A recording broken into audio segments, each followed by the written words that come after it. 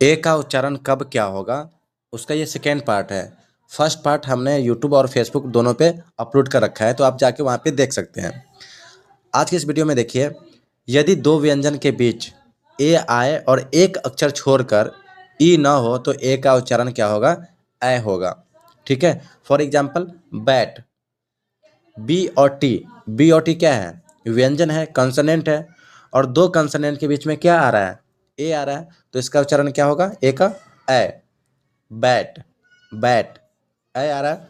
उसी तरह है set, cap, rain, pan, fact.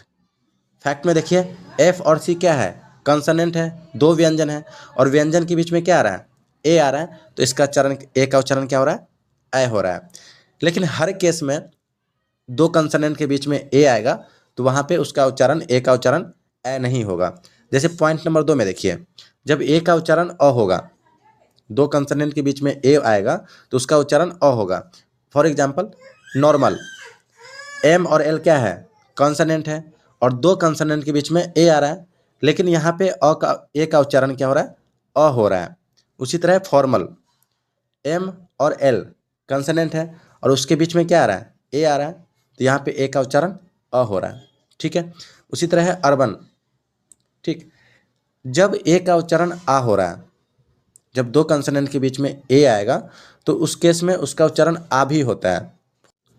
For example jar, जे और आर कॉन्सोनेंट है, व्यंजन है, और उसके बीच में क्या आ रहा है, ए आ रहा है, तो यहाँ पे ए का उच्चारण आ हो रहा है। ऊपर आपने देखा ए का उच्चारण ए हो रहा था, अ हो रहा था, और यहाँ पे ए का उच्चारण क्या हो रहा है, आ हो रहा है।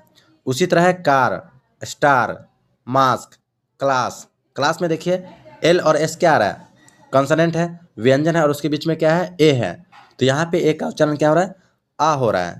तो ये धीरे धीरे जैसे आप प्रैक्टिस करेंगे आपको सारी चीज़ें समझ में आने लगेगी।